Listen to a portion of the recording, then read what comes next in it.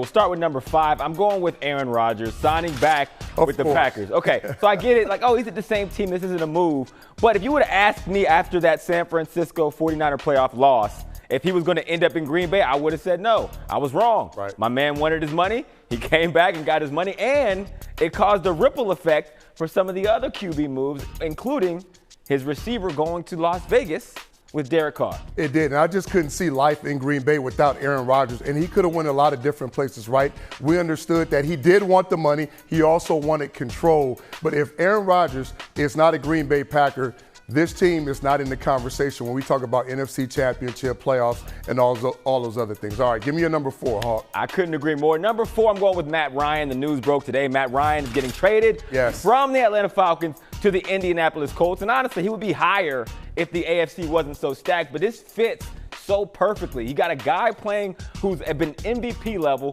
for an indoor team against opponents in the South, going to another indoor team against opponents in the South. It just makes too much sense. He has a lot left in the tank. I think he'll be the first quarterback since Andrew Luck for the Colts to be there multiple years. Absolutely. Kudos to Chris Ballard, the GM. He didn't rush. He didn't panic. He was patient. He let his guy fall to him. He understood the quarterback carousel, what would happen. And Matt Ryan in this system, you mentioned it earlier on the show, doesn't have to do as much.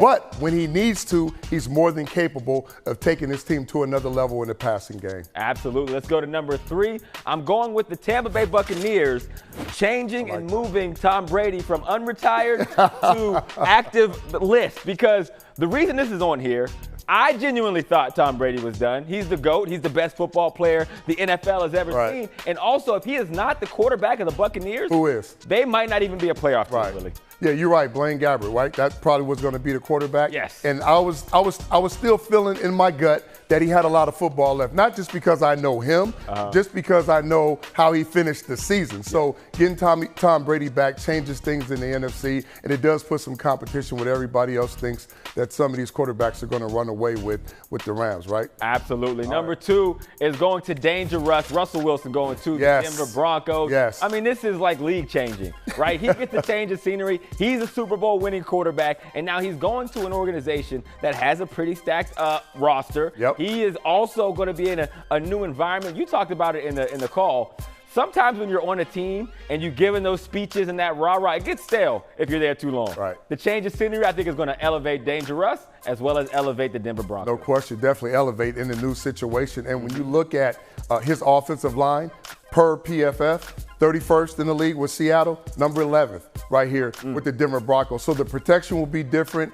The system will probably be different. They will maybe put some things around him that he does really well. But the pieces, you mentioned the pieces, young receivers, they got a running back, good offensive line, a young and upcoming defense, a breath of fresh air for Russell Wilson in Denver. Absolutely. And the number 1 quarterback move, Deshaun Watson, of course, to the Cleveland Browns. I mean, what are we talking about? Listen, when it comes to football, there is not a quarterback in the NFL that is more talented than Deshaun Watson. Some are as talented, but not more. And typically, those kind of players don't become available. We all know the situation outside of it and how he got to this point. But what this means to the organization of the Browns, they are absolutely Super Bowl contenders. This flips every narrative, and as long as he is on the field in the 2020 version of himself, it could be very, very scary. Hawk, that move was monumental, okay? Nobody has done this type of deal in the history of the NFL. And when you look at a team that Deshaun Watson is going to, this team is ready-made to win on both sides of the ball. And for so many years, I played in Cleveland, you played in Cleveland, the missing piece was what? The quarterback. So now that they got their guy,